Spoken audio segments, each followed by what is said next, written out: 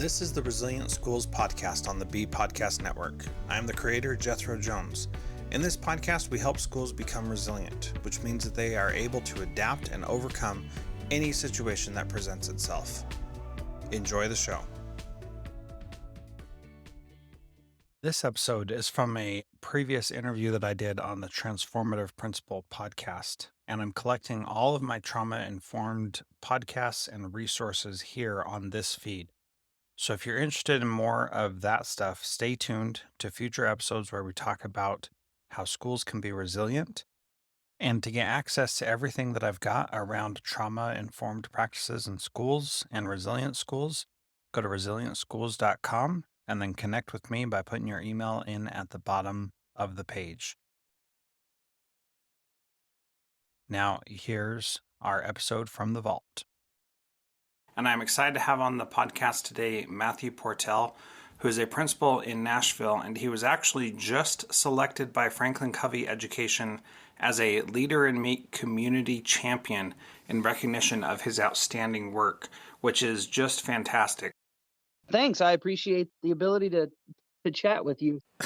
Well, I appreciate that, and you should feel great to be on because you came highly recommended as someone that I should definitely talk to. And we originally got connected because of a combination of your trauma-informed practices for school, but then you also do the 7 Habits of Highly Effective People, the Leader in Me program at your school. And in talking to you in just the short time that we've been chatting before we started recording, I'm just inspired by the work that you do and what you believe. So thank you for being here. People who listen to the podcast are already quite familiar with the idea of trauma-informed practices. We've talked a lot about that on this podcast. And so I want to take it a step further and talk more about the impact of social justice on trauma-informed practices and how those two intersect. And that's something that is incredibly popular and on the forefront of most people's minds right now.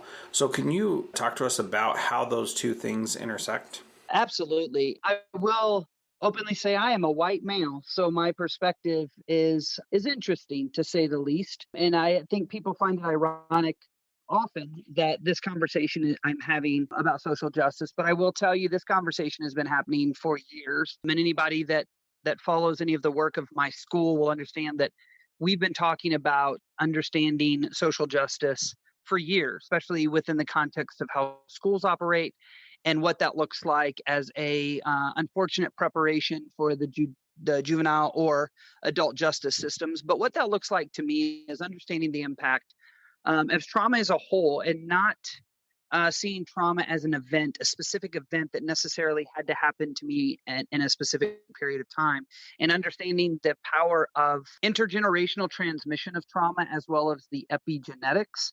Now, I'm not a geneticist by any means, but I have dug into the power of epigenetics and understanding how that fits into racial trauma over the last, in our country, 400 years, and seeing the systematic oppression of people of color. And I don't just say Black, I say Indigenous and brown, Black, and many different racial contexts within this traumatic pieces. So it's understanding, I guess, over time, the impact that racial trauma has from generation to generation and even to current day, right? So as a principal of a school where my first year I was what I call principaling, the way I thought I was supposed to principal, it kind of hit me in mid-year. I was actually at a talk of a neuroscientist and an assistant principal from DC, and they were talking about these things called ACEs and trauma. Immediately remember what I call paradigm shift, that shift from one way of thinking to another, and how it hit me, thinking that what we were doing at my school was compliance and quote unquote life preparation for kids, because you just can't get away with these type of things. In my mind, is what I would tell myself was not what was in the best interest of kids. And I know there's a lot of educators that may feel that way, but they don't say it. And I openly say it because we have to learn from our mistakes. And so in the context of a school and understanding the impact of racial trauma is really important. It's really important in a local context because I know you mentioned that you were in Alaska, and I'm sure you understand the impact of Indigenous people even in Alaska and I have been able to spend just a bit of time in Alaska, but knowing that local context, what it feels like to be in Nashville as an African American, or what it feels like when I was in Oklahoma to be a Native American, right? So local context and historical context are two pieces of this trauma informed puzzle when it comes to racial trauma that we have to be talking about. It's uncomfortable, it's hard conversations, but it's conversations that we need to be having, even all the way down to the school level. Yeah, I hear you. And I think the big piece for me from what you're saying there is this idea of school as an enculturation mechanism to get people to leave behind their cultures and assimilate into the dominant culture. And that's a part that I find really tragic, because Native Alaskans, Native Americans, other indigenous people, they bring a strength to the table that all too often historically we have tried to eliminate and make them just like their white counterparts. Tragic things that happened in Alaska and Canada as well, where they would create schools that they would require families to send their kids to, and then their whole purpose of the school was to make the indigenous peoples white people. And that kind of thing just blows my mind. But when that has been the case for so long, then that transmission of intergenerational trauma it really makes a lot more sense. And you don't think about it as just, your normal run-of-the-mill school principal who hasn't thought about those kind of situations. And so how do we go from, that has been the case, how do we honor people's ancestry and their heritage without trying to make them like us or trying to make them into something different? And within the context of my school, it really started with understanding implicit bias, because it's that bias is a system in which our brain categorizes information for efficiency, right? So when we're pulling information, our brain sends different information in categories so we can retrieve it quickly. But if we're not cognizant of it, it can really wreak havoc on the impact that we have in our role as an educator. And we may not even know it. So I think having conversations around bias is imperative, is the first step, right? Bias in itself is only negative in nature if it's not noticed or reflected upon. And so we all have bias. It's just how our brains operate. So I think that's the first step, is first understanding, wait, what bias do I as an individual possess, right? And how do we navigate our roles as educators, understanding that we all possess bias? That's number one. Two, I think what I did in my school and what a lot of people are currently doing, evaluating why we do what we do. Why do, and we don't at my school, but why do we have clip charts in elementary schools to publicly shame kids when they make a mistake? Why do we do that? Does it make sense, right? Why do we have expulsory practices for kids, especially at high percentages of kids from color? Why are we suspending kids of color more, right? So it's really looking at the system and structures from a school perspective all the way back to a district, and honestly, a systematic way, and questioning and going, why are we doing this? And thinking about how we can do things differently. Now, I identify myself as an unapologetic disruptor, and I've coined the hashtag Disruptors Unite, because if we just do what we've always done, we're always going to get the same results. And we know without doubt that our schools are designed to reflect the majority of our culture. And I think we have to be very cautious on how we proceed with the current procedures and policies that we have in our schools and our school districts. Yeah, I think that's a really insightful comment, that our schools are designed to reflect the majority of our culture. And that really is what I was getting at, that our schools are designed to do that. And in some ways, that's exactly what we want. That's what we want our schools to do, is to teach kids how to be adults in our society. But when we're trying to take away from what makes them them, when we're trying to take that away and strip it away, that's where I personally have a problem with that, and I think a lot of other people do as well.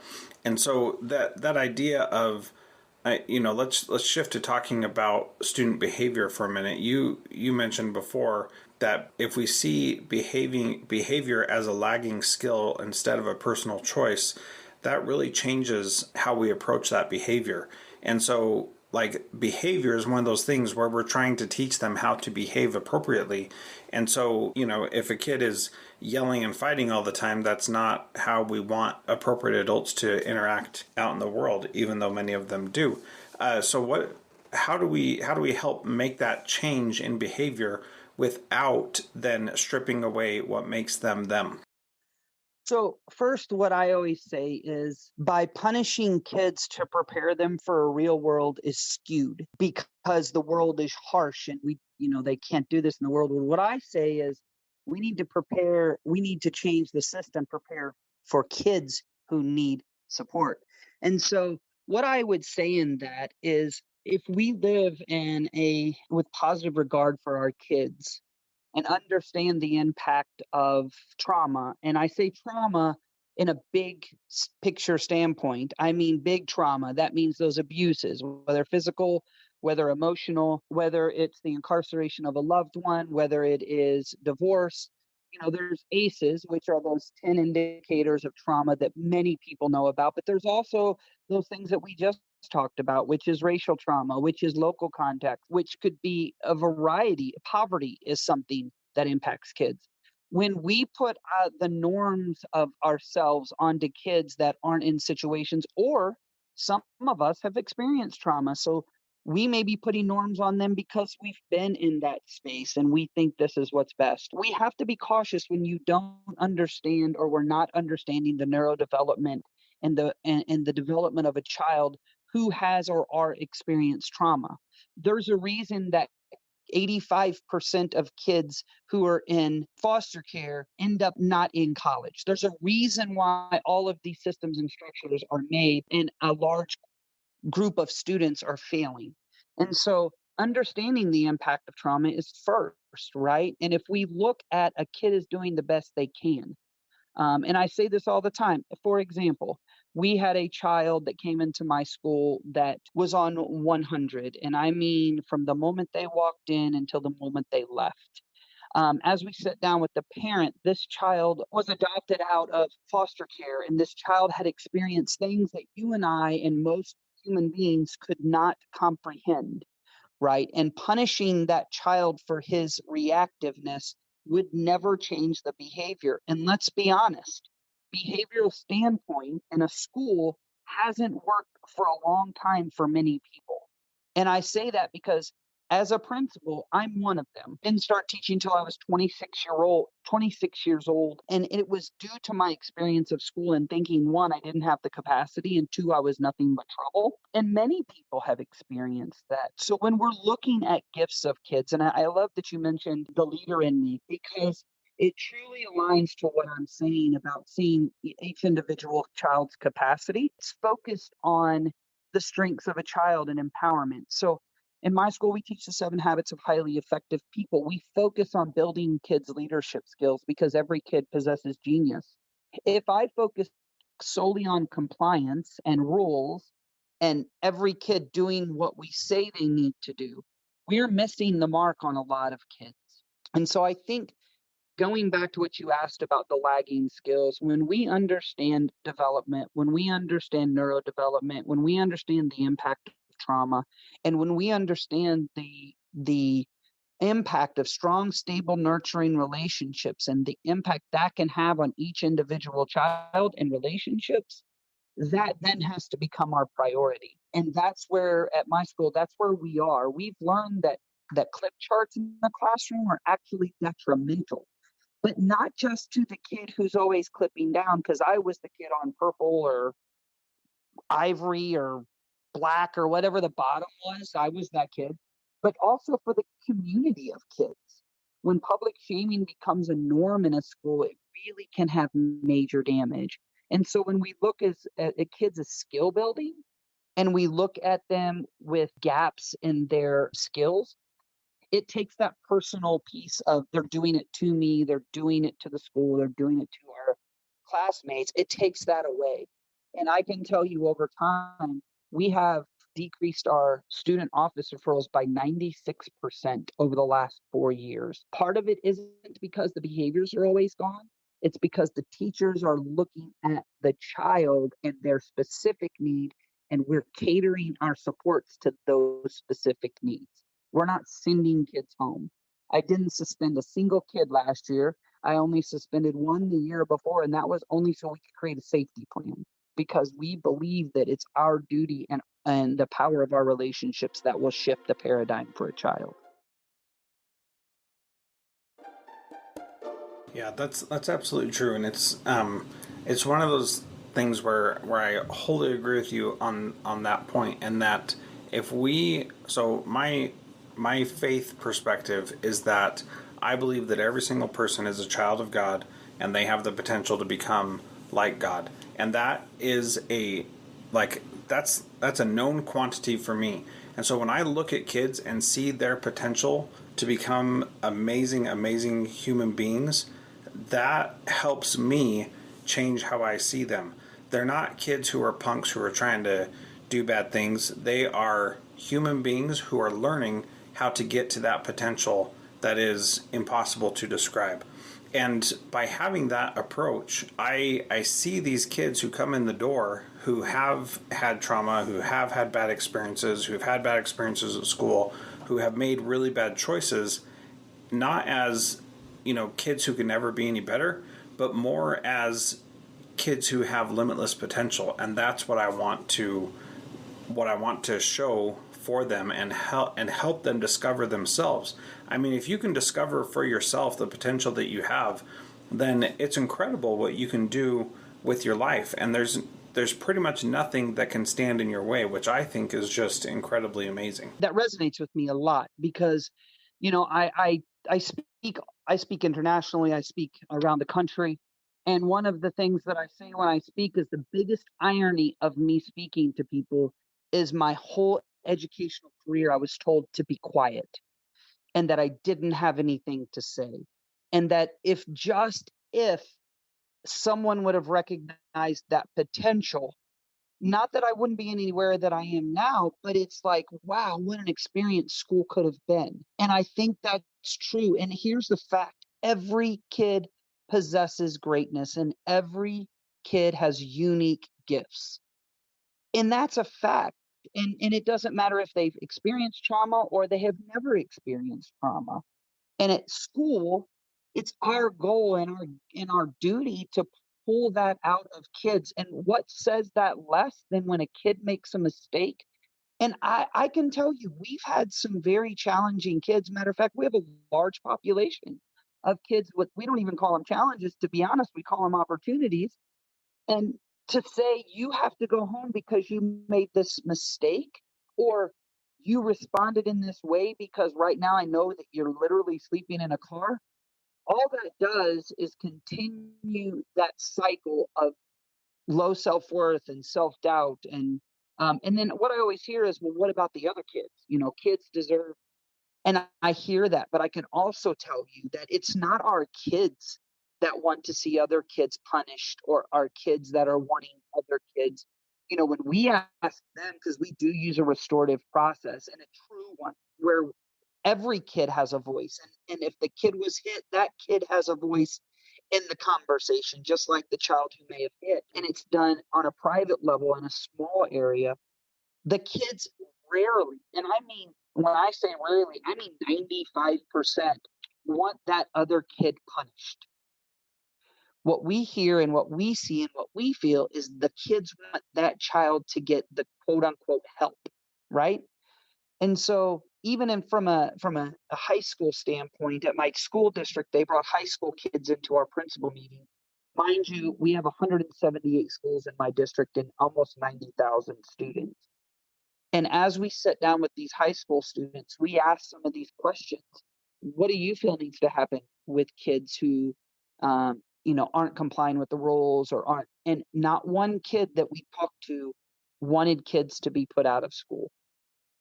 It's just really interesting to me that we don't listen to our kids' voices very often.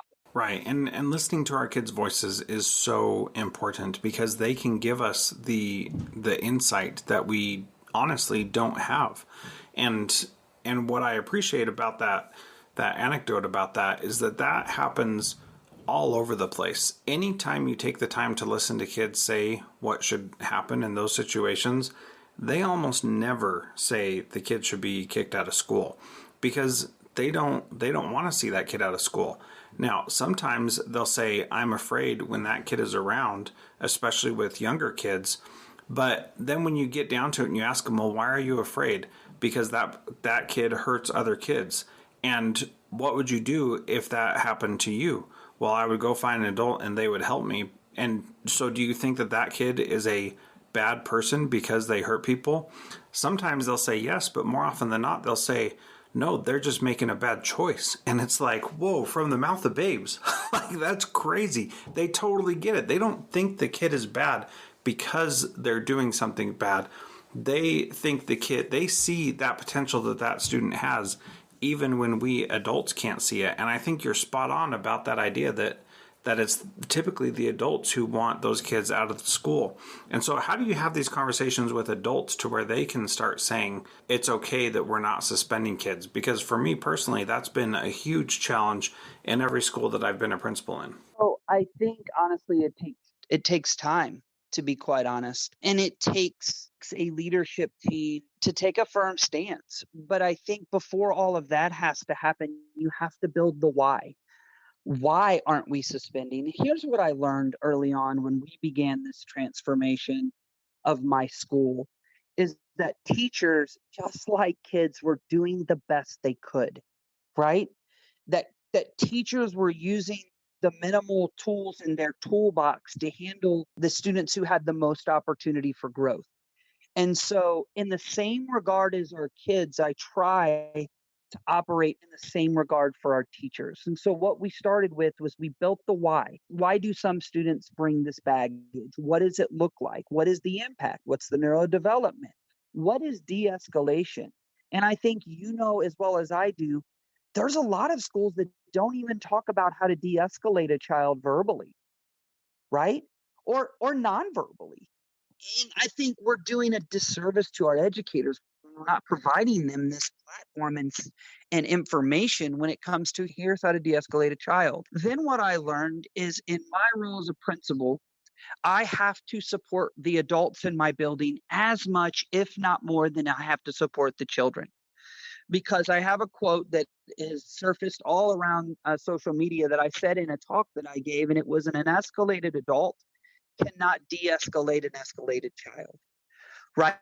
So when we have extremely intense and stressed out adults, that transcends directly to our kids. When we have unempathetic principals or unempathetic leadership for our educators, that transcends sometimes down to our kids. And so I think it starts with building their capacity of understanding why it doesn't work. I have a school where 85% of my kids are Black, brown. And so understanding the impact that disproportionality has on my students when it comes to suspension and expulsion, right? So giving them all of the information. Now, I can honestly say that once that has happened, if educators choose not to make an adjustment, to me, it borders on malpractice. Because now you've been given information that describes all of these things, a need to adjust the systems and structures, and then building their capacity to do so by support. So let me give you an example of what I mean by support. My school has something called a tap in and tap out strategy, where when a teacher is in a situation and they become escalated, whether it's a dysregulated student, whether it's something happened in my personal life and I'm in a situation in my classroom and I'm escalated, they can go on to our messaging system, which is an app that our school utilizes, and say, I need to tap out. At any given point, any adult in my building will go straight to that person's room. An adult will go with the teacher if they want one, and the other will stay in the room. Now, why is that? Because so many educators get caught in these situations where they become escalated and they don't have an out. And it's not mentally safe. It's not cognitively safe. It's just a really bad situation that most educators are just told to deal with it. And so that strategy came out again of going, educators have to be supported. We do something at my school called the Happy Teacher Revolution, where every month the teachers get in a circle and they process, they affirm each other and they affirm themselves. And so these processes are really what we dig down into what now is so popularly called self-care, which sometimes gets mixed up with going and getting a massage and drinking a glass of wine, which is perfectly fine. But when we talk about self-care, it has to go deeper than that. And so it's a process, right? And it's a long process, but it's one that as all educators, we need to be on this journey. Yeah, I really like that tap in, tap out strategy. And what a better way to deal with it than what I experienced in my first administrative position that was called the OWL squad, which was basically a kid is totally escalated and they would say freaking out, and we need help to contain this kid when, like you said, an escalated adult cannot de-escalate an escalated child. That's what was happening, is the adult was too escalated to be able to manage the situation anymore. And instead of asking for help with their own mental health and self-care, they said it's the child's fault. And when I was in that school, I said, so the culture was when that happens, then you run to that classroom. The people on the OWL squad run, which was the principal, assistant principal, and the behavior coach. They run to that classroom and provide support to the teacher. And I said, I am not going to do that anymore. If anybody sees me running, it's going to be because I'm in a race. It's not going to be because I'm going to get a kid who is just in a tough situation from a teacher who is also in a tough situation. And that's the reality. And I think that tap in, tap out strategy is so powerful because it normalizes and makes it okay to say, I've had enough, and we can get there. And what I felt like as the principal was that I was never allowed to have enough, and that other people could have enough and dump their problems on me, but that I couldn't do that as a principal myself because there's nobody for me to give that to. And what tap in, tap out strategy says, even the principal can be tapped out, and it's okay. And that's part of us dealing with the people that we deal with, and there's nothing wrong with it. We can just say, I'm done, I need to step back, and then somebody else can come in and work the situation. And what we found was that whenever we could get a teacher out of that situation, they could calm down and they would want that kid to come back in and have a good thing. But they couldn't do it in the moment. It was too much for them to do it in the moment. So, gosh, I love that strategy. I wish I would have known that, I don't know, like 10 years ago. That would have helped. Well, and I tell you too, when we have a saying, it's okay not to be okay, but it's not okay to not have support. And I'll even tell you, the culture of my school is in such a place where I was in our library and there was a very escalated child. And why I responded to this child, I'll never know, because I knew I was a trigger for him. When he would see me come in, not that I did anything, but just me being the principal would send him through the roof. And I went into the library. He completely escalated. He had a wooden spear that he drew back to throw at me. And I immediately was triggered and I escalated. And my librarian walked up to me in the kindest voice and said, "You need to leave now. Thank you. I have it from here." And I knew exactly what she was telling me. Like, you're escalated. You've got to go. Now, that takes a ton of risk and vulnerability on her part. And it also takes vulnerability on my part as the school leader. And I had to go and thank her later because she recognized I wasn't in a good space and stepped in. And I think that's when your school culture is making a major shift.